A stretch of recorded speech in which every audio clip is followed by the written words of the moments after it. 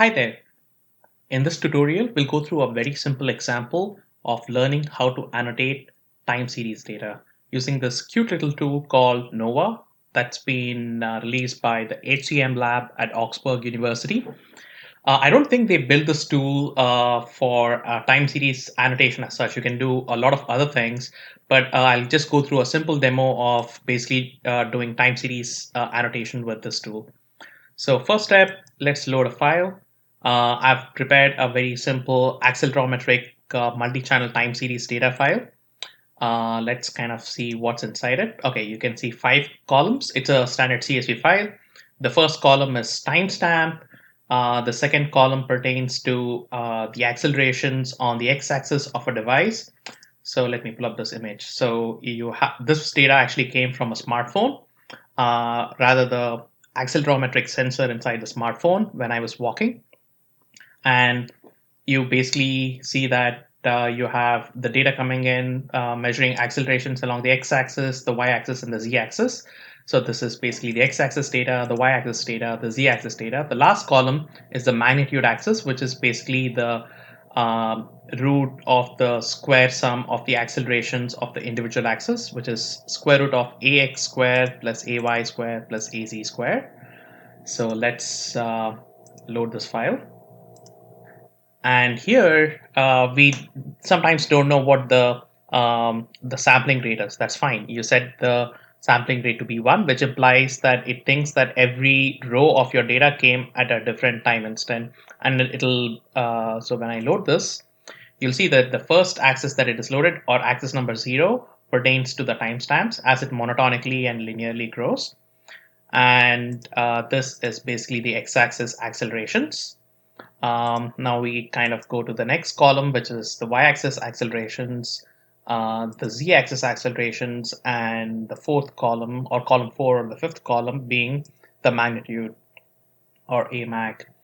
So I'll demonstrate 2 different kinds of annotations. One is basically band type annotations, where you're kind of trying to say that, okay, look, I'm basically not walking till this instant, and then I begin walking.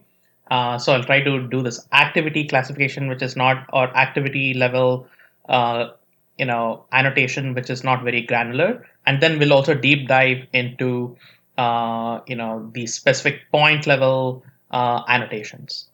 So let's go to annotation, new annotation, create a scheme with predefined labels. We say, okay, and then let's name this to be activity classify. Let the background image color be white. Label, you have to click add. And I'll begin with not walking, and we'll color this to be red. And then we'll add another activity, which is basically walking. We'll color this to be green. And just click OK.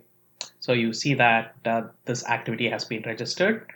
And now what you do is you use this. We have to firstly zoom in to kind of get the exact moment where I began walking.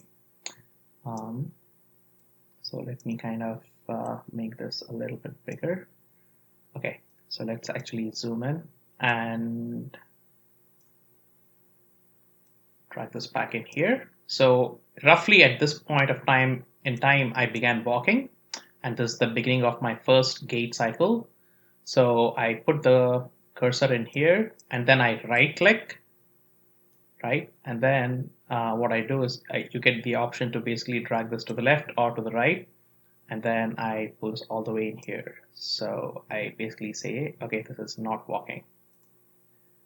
And you can see that on the left-hand top corner, you basically have the emergence of the annotation being registered. And it looks as if the whole band was not covered. So there we go. Now we revisit the point at which we had annotated the beginning of the activity. Then again, I right click. Then I basically drag this all the way till the point that I had stopped walking. If we go all the way in here, drag it all the way in here, and then this is pretty much where my walking stopped. And then, so this has been by default registered as the previous label, which is not walking. I go to relabel, select walking, relabel. So you see this whole time window where I was actually walking has been now labeled to be walking. So the last step is, okay, you have this session where I stopped walking, and we'll just go there and we'll try to annotate that part as well. So you again click here, and then you basically drag this slightly closer to where the previous session ended, and then the UI is actually not very smooth, like, okay, and then we drag this to the end, and you can see that you have 3 different sessions. Let me just remove this one row click that happened. Okay, so you have 3 different sessions or subsessions inside this time series: not walking, walking, and not walking. And you can also assign scores, if you will. That can be, if you have a hunch that maybe I was walking, maybe I was not, then you can basically say maybe here I was 85% walking, and so on and so forth. So in this case, as you can see, you had 3 bands of activities: not walking, walking, not walking. Now we'll look at another granular way of basically annotating time series data, where we are actually annotating the exact moment at which, let us say, the heel strikes happen. So if I were to basically just sort of zoom in, I'll see that there is this repeating pattern, and this repeating pattern is basically my gate cycle signature. So gate cycle consists of 2 different, 2 successive time steps. This pertains to my left, my right, again followed by a left step and a right step.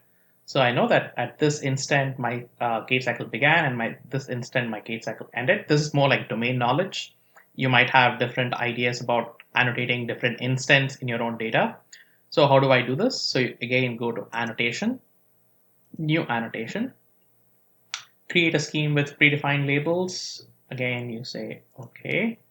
Then you say gate cycle instance, and then you basically add this to be heel strike. This blue. Then you say okay, and then let's begin kind of annotating that. So you first left click, and then you hit right click on that instant, and you see that this has already been registered as the moment of a heel strike, and my first gate cycle ended at this moment. And then again right click, select right click, select right click, select right click, and just repeat this. These are roughly periodic because we do have a tendency to walk in a fairly rhythmic motion. So right click, right click, right click, right click. So you basically get the idea. So these instants have been registered here. Now, by default, it basically assumes that you have a starting instant, you have an end instant to an event. You can either extract just the left column or the right column, or take the median or the mean of the two. So how do I basically export this from here? So you go to File, Export Selected Annotation to CSV, and then it basically provides for a name, which is GC instance is the label that I actually gave, underscore annotator. And if I were to basically save, now let me just go back so let me also try and export this less granular way of segmenting that we had constructed before. So File, Export, Select Annotation to CSV, Activity Classify, Save. Now, how does this data actually look like? So let's actually go back and open each of these files. So look, from this instant to this instant, I was not walking. And then from here to here, I was walking. Again, from this instant to this instant, or roughly this responds to the row number. You can just round this off to integers. And then here I basically ended with like not walking. And how do the gate cycle heel strike instance look like? If I were to open this, you can see that these are the moments in which the heel strike ended. So rather, this was the beginning of my first gate cycle, and it ended here. And this was the beginning of my second gate cycle, it ended here, and so on and so forth. So this is a rather nifty tool to kind of annotate time series data that this university has released, and hopefully this tutorial has helped you to kind of use this tool to annotate your own time series data. Thank you so much.